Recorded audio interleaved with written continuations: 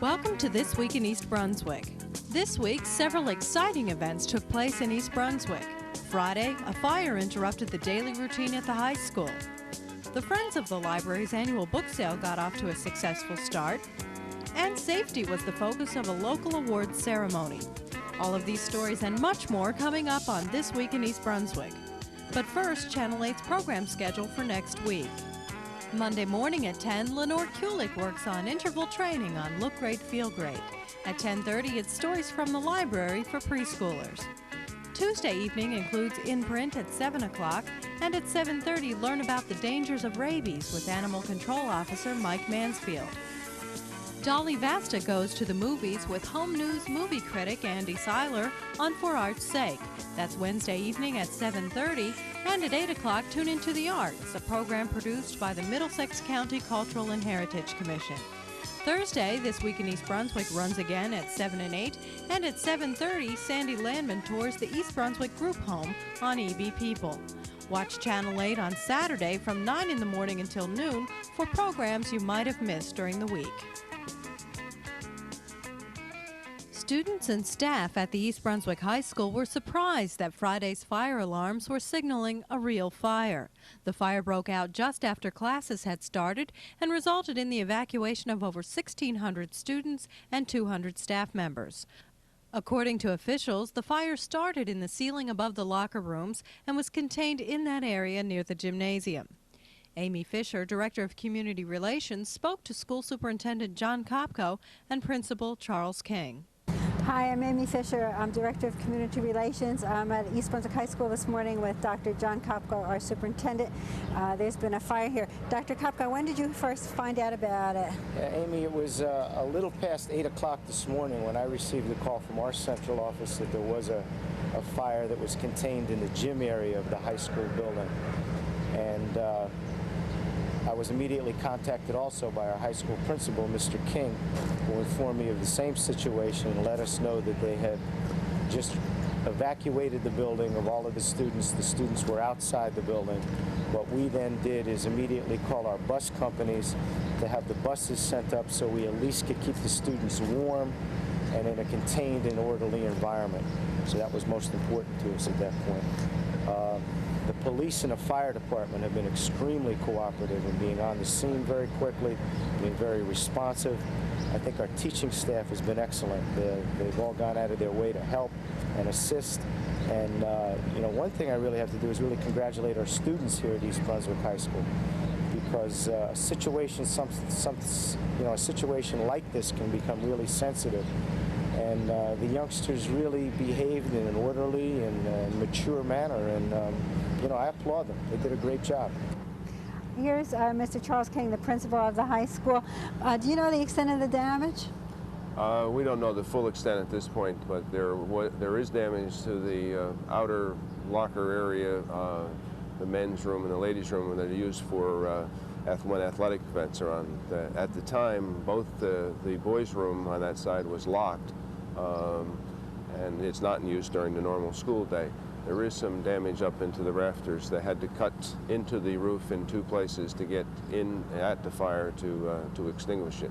And at this point, it's well under control. And they just indicated there were a couple of hot spots still there, and they're dealing with those at the present time. But the rest of the building and the rest of the school is in fine shape? No damage to any other part of the building. Is really isolated in a small corner right in the front area of the gym lobby. The rest of the building is fine. There was a little bit of smoke into building 9 and 7. With the exception of that, you'd hardly know there was a fire. And the students have all left now? It's about 10:30? It's about 20 after 10, and the students have left.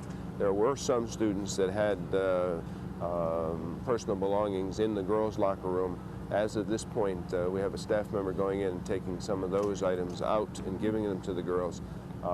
There are 4 buses, I believe, that we have standing by to take any students that still were waiting to get into an area that the firemen had still restricted. so that they have a way home. And you brought all the students in small groups so that they could have instructions about how to get their belongings. As you know, I'm a team person, and we had a great team here this morning. The fire people were great, the police, Dr. Kopko, the central administration, everybody and the students were outstanding.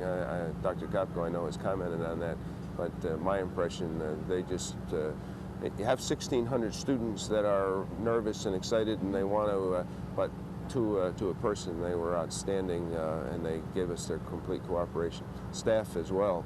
The teachers were all over this place, and they helped us out a great deal. Although no injuries were reported, there were a few cases of smoke inhalation at the scene. Classes had resumed on Monday. However, according to Amy Fisher, the damages are in the process of being repaired and have not affected school operation. Hi, I'm Josephine Fiamingo, and I'm here at the Brunswick Square Mall, and it's preview night of the East Brunswick Friends of the Library 16th Annual Bargain Book Sale. With me to talk a little bit about the Friends is Sharon Karmazin, the director of the East Brunswick Library. Sharon, maybe you could tell everyone a little bit about the Friends organization. Well, the Friends of the Library is a support group with approximately 1,500 members. That's individuals, families, businesses, and organizations in East Brunswick that support the library through their membership in the group because they feel the library is a special place. Friends is involved in fundraising like tonight's activities, as well as public relations and spreading the good word about the library and its programs throughout the community. And how have the Friends benefited the library? What are some of the things the Friends have done for the library? Well, there really is no program, no aspect of the library's services that the Friends have not been an integral part of. The Friends have provided money for special programs, for equipment and materials for the library, as well as for library furnishings and carpet. So over the years, the Friends has given us quite a bit.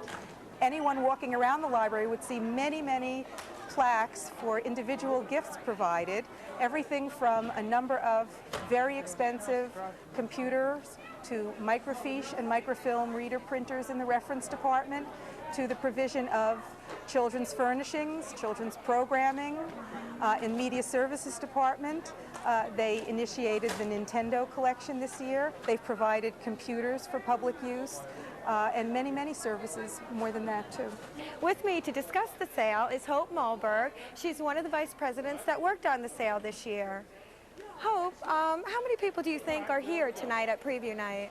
I would safely say several hundred. They started lining up around 5 o'clock, and by the time we opened at 7, they went all around the perimeter and down into the mall. Yeah, quite a crowd. It was huge. And how about setup night? I know that was last night, and how did that go, setting up the books? And that went very, very smoothly. We had, the books were loaded on 2 rented trucks, and the men brought them in, and we set them up all evening until about a little after 10 last night. How much planning and preparation goes into the sale? Well, I can only say that we've already started collecting for next year, so it's really a one-year project. From the time it starts, we start preparing for next year. Yeah. And there's a lot of work to be done. The other 2 vice presidents have worked very, very hard. The volunteers have worked very hard. How many books would you say have already been sold just at this moment? Tonight? Just to take a guess. Oh. Or how many books do you predict will be sold? Maybe around 1,000 tonight. 1,000? And also we have records and tapes, and tomorrow they'll be bringing in cassettes, video cassettes. The movies and the software too, the computer That'll software? come in tomorrow. Yeah, and how long does the sale run for? It'll be here until next Sunday, and it's open tomorrow at mall hours, starting tomorrow. Okay. Well, we hope to see you at the sale. Again, it runs till Sunday and during mall hours, so we hope to see you there. Welcome to the Zimmerli Art Museum. My name is Sherry Gawley. I'm the curatorial assistant for the Children's Literature Collection. The Zimmerli Museum is interested in illustrations for children's literature because they are the art that children first experience. The collection, founded in 1979, is comprised of over 1,000 illustrations for children's books, donated by artists in New Jersey, the East Coast, and Europe. The collection includes finished illustrations as well as preparatory materials. The illustrations and drawings currently exhibited in this gallery were created by artist John Thompson for The Liquid Trap, a book by Mildred Walter, a noted black author of stories for children and young adults. In a series of sensitive illustrations, Thompson communicates the warmth of the friendships between family members described in Walter's story. This narrative focuses on two adolescent girls, Laura and her cousin. While visiting this family in rural Louisiana, Laura experiences their daily routines. She is curious about the eccentric Miss Myra who lives nearby. Her curiosity changes to fear after hearing stories of Miss Myra's practice of strange magic. During one afternoon adventure, Laura faces the dangers of an unfamiliar environment while lost in the bayou.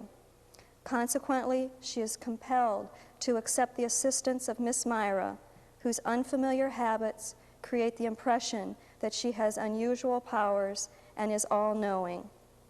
This display of illustrations depicting the escapades of a young black girl is mounted in part to celebrate Black History Month, which occurs annually during the month of February.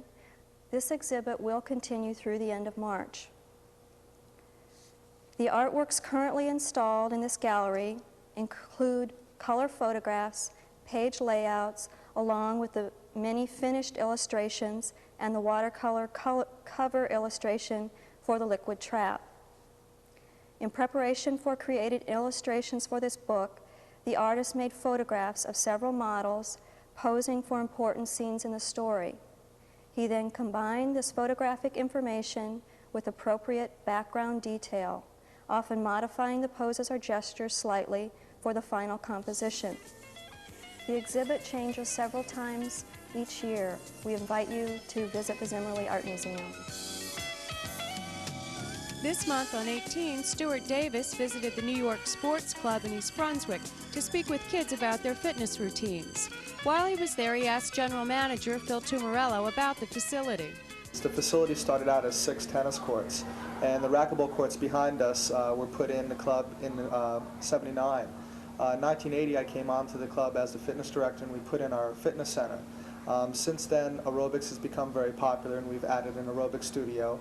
We've added tumbling programs for children between the ages of 1 and 4, and now we're gearing up to get more cardiovascular equipment for all of the members. So basically what's happened is the club's evolved based on the members' needs and lifestyles.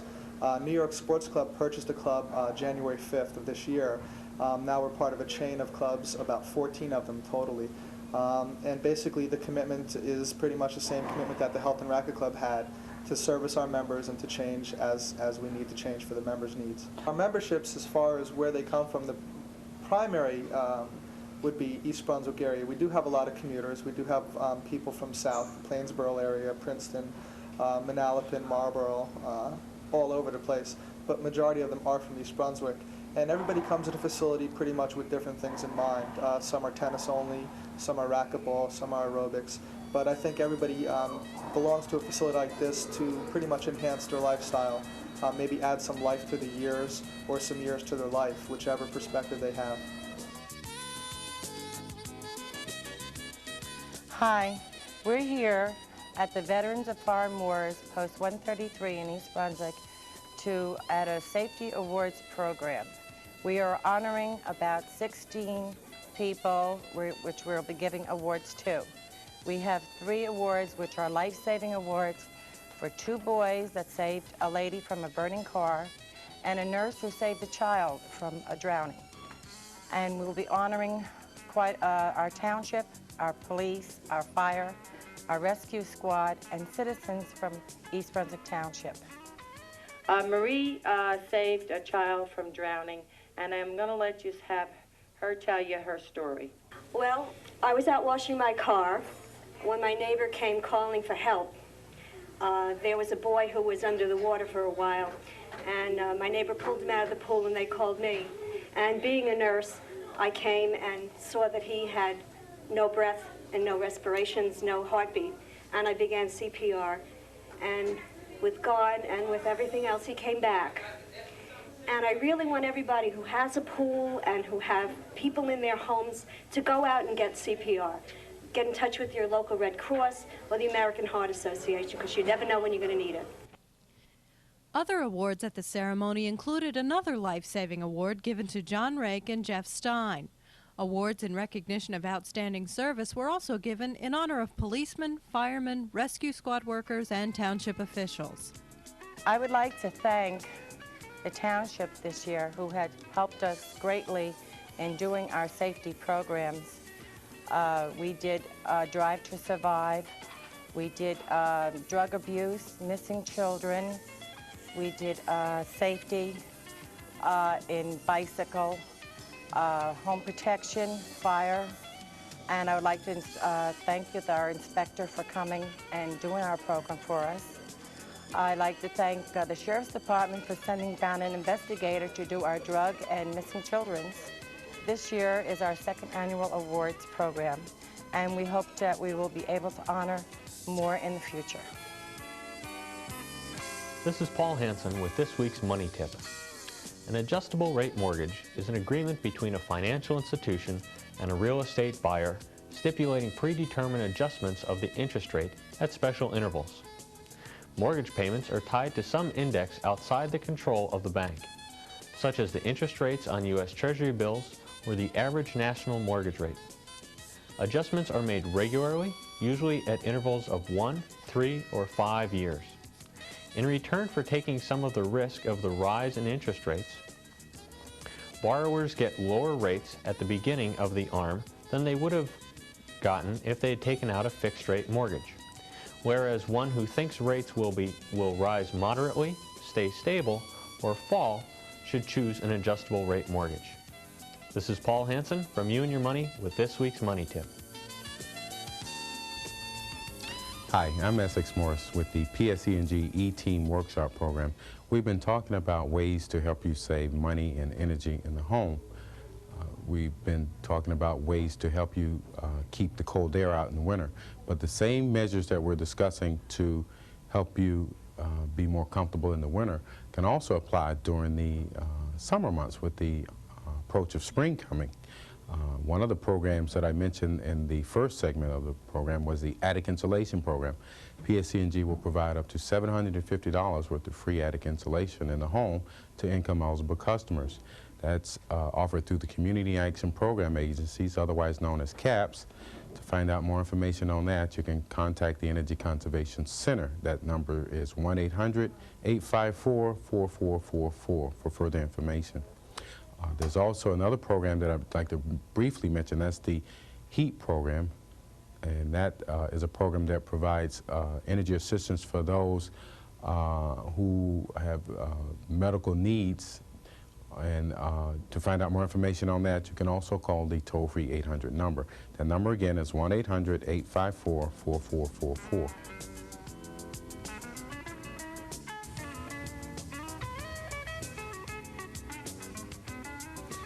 Welcome. I'm Doug Halverson, Director of Consultation and Education at the Middlesex County Mental Health Clinic in Old Bridge. With me today is Audrey Lockman, Prevention Director for the Association for Retarded Citizens. Audrey, thanks for being here. Thank you. Audrey, you're the Director of the Prevention Program. Mm-hmm. What is ARC, and in more detail, what is the Prevention Program? Well, the ARC, our agency just celebrated our 40th anniversary. We serve Middlesex County and Franklin Township. Specifically, what my responsibility is within the agency is to get information out into the community about the preventable causes of mental retardation. A lot of people are not even aware that it is preventable. One of my direct services is our infant car seat loaner program for low-income people in the area. I talk to prenatal clinics about our program and that type of thing, about the importance of using a car seat.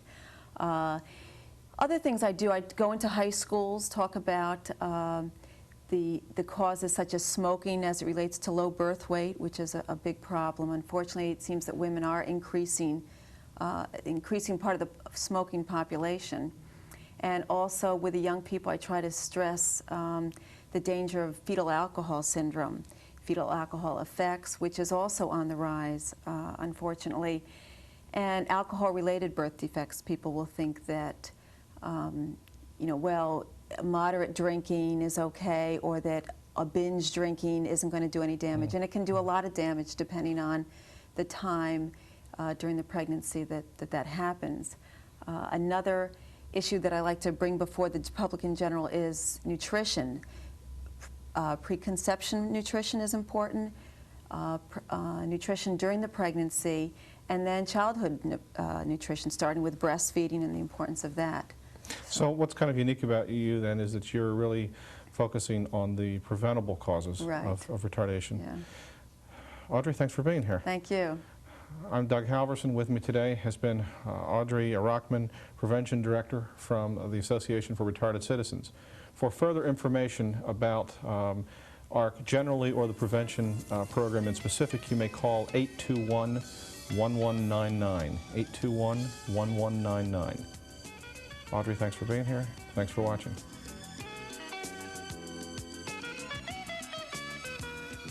Hi, I'm here to tell you about something very exciting coming up on Saturday, April 7th at the Brunswick Square Mall. It's going to be East Brunswick Township's first Community Day. It's put on by the Department of Recreation, Parks, and Community Services and the Brunswick Square Mall. We're looking for you to get involved. If you're a member of a nonprofit group that operates here in East Brunswick, we'd love to have you come to exhibit what your organization's all about. You can recruit volunteers, you can talk about your cause, or you can help entertain the crowds at the special talent showcase from 12 to 5. You have to get your registration form in by March 15th because space is limited and time is moving on. So make sure to call our offices at 390-6983 if you want to be a part of it. Come on out and show everyone what a great place East Brunswick is to live at our first Community Day at the Brunswick Square Mall. See you then. Animal Control Officer Mike Mansfield was in the Channel 8 studio recently to talk about the dangers of rabies in central New Jersey. My name is Mike Mansfield. I'm with East Brunswick Animal Control. And today I have Dr. Brian Johnson, the director of Cranberry Veterinary Hospital, with me, and he's going to answer some questions about rabies. We do have a problem with rabies entered the state last fall, and to date we have approximately 90 positive rabies. So I thought the public would like some information on this. Dr. Johnson? Yes, sir. Could you please explain what rabies is? Rabies is a virus disease, a viral disease. It will usually enter the body through a bite wound from a rabid animal. This is the most common cause, but it doesn't always have to be. It could also enter the wound through a scratch or cut, and if you get the infected saliva on that area or an irritated area, as long as the skin is broken, the virus has entrance to the body. Once it gets into the body, it takes a short period of time, usually a minimum of 2 weeks, and will get into the nerves of the body, the peripheral nerves coming down the body, and get to the brain. Once it gets to the brain, it produces severe damage, and the animal will then usually die within 7 days. And what are the signs of rabies? There are primarily 2 forms of rabies. One is called furious rabies, and the other is called dumb rabies. In the furious rabies, the virus of rabies attacks the center of the brain that causes stimulation, so that the animal will usually manifest signs of increased aggression. The normally friendly dog, pet dog, or cat, or any animal, will now show signs of extreme agitation. The program Rabies can be seen Tuesday, March 13th at 7:30 and again on March 17th at 12:30. Sure. My name is Bob Conde. I'm with the American Institute of Martial Arts, and we're at Bone Monroe, where very shortly we'll be putting on a karate demonstration for these kids. These are students that are taking the after-school karate program with me, and what we decided to do, which we thought would be a good idea, is to show them a little bit of the advanced stuff, a little bit of the karate stuff that they've been studying for a short period of time, but the possibilities of what they could learn. So what I did was I brought a group of my students from my school, Spotswood, to put on this little demonstration, kind of like for entertainment. So we're going to combine the basic techniques with some advanced techniques, a little bit of fun, a little bit of breaking, and well, you're going to see multiple attacks. You're going to see a girl being attacked by 4 people. You're also going to see some of my little 7- and 8-year-olds breaking boards. You're also going to see what we call forms or katas, organized movements. Looks kind of like dancing or ballet. What I teach is different than anything else. We teach the artistic form of karate, not the sport. So it's competitive, self-competitive, more than trying to beat the hell out of each other.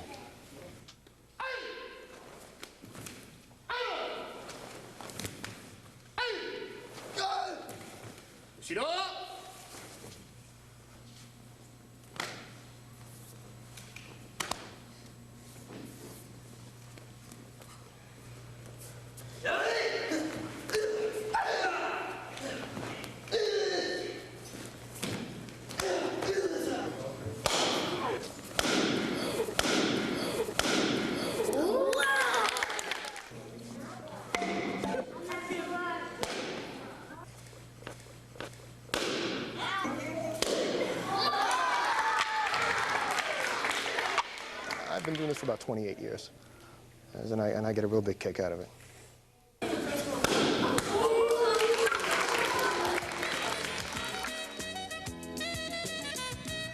At Monday night's council agenda meeting, Director of Recreation and Parks Judith Lebline delivered a presentation on the township's Memorial Day Parade. The parade is scheduled for May 27th. As of Monday night, 51 organizations had already committed to marching in the parade. This representation will amount to about 1,200 participants.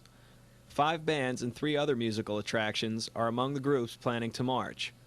Lebline says the parade committee is currently conducting a fundraising drive targeted at area merchants.